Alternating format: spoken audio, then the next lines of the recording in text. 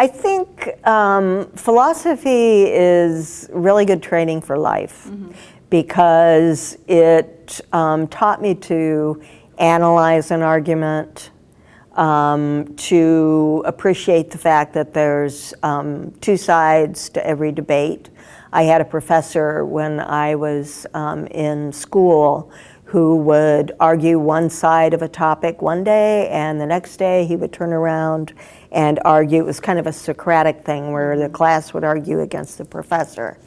And it really gives you a creative and yet precise way of thinking. So, and actually that question's good for Mindy as well, because she is also a philosophy major. I have a degree in philosophy of religion.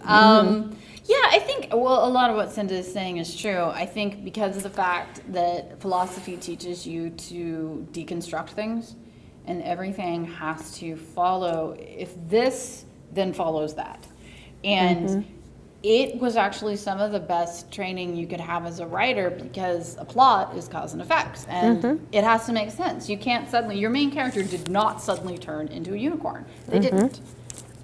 If you want to explain to me how that happens and convince me, go ahead. A lot of people don't realize that fantasy worlds have an internal logic. If you let the reader know what the rules are, then you better not break those rules, or the reader will feel cheated. What real-life issues have inspired you to build fantasy worlds? Okay, so my main character in Given to the Sea has basically what is known as Huntington's disease, which is what killed Woody Guthrie.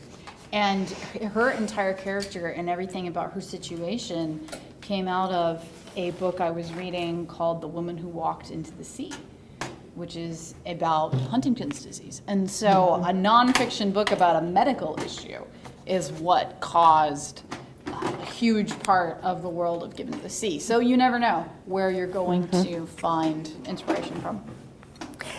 And sometimes I'm asked, you know, are your characters or events based on real life?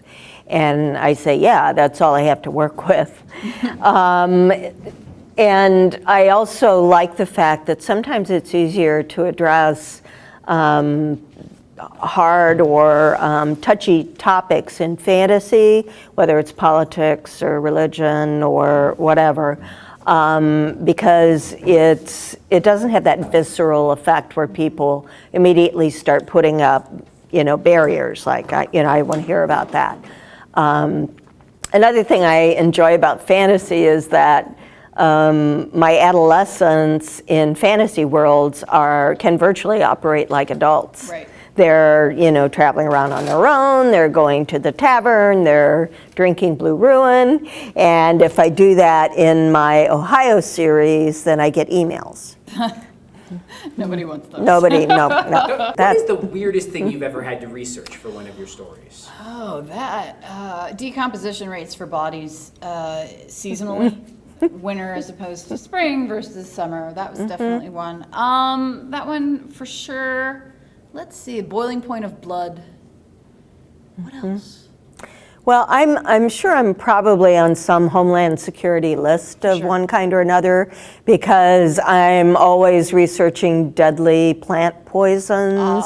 I spent a lot of time researching mercury to find out what form is lethal. I did not I thought mercury was uniformly lethal, and I come to find out not necessarily.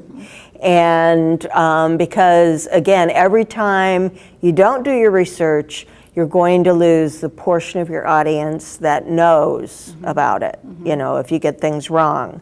So I do my best. Yeah, that's very true. I read a book once where there was a dog attack. A dog was attacking a human, and they swiped at them. And dogs don't do that. They bite you. Cats swipe you. The dog swiped. The dog swiped. I don't buy I'm that. like, I don't buy that. done. No, yeah, no.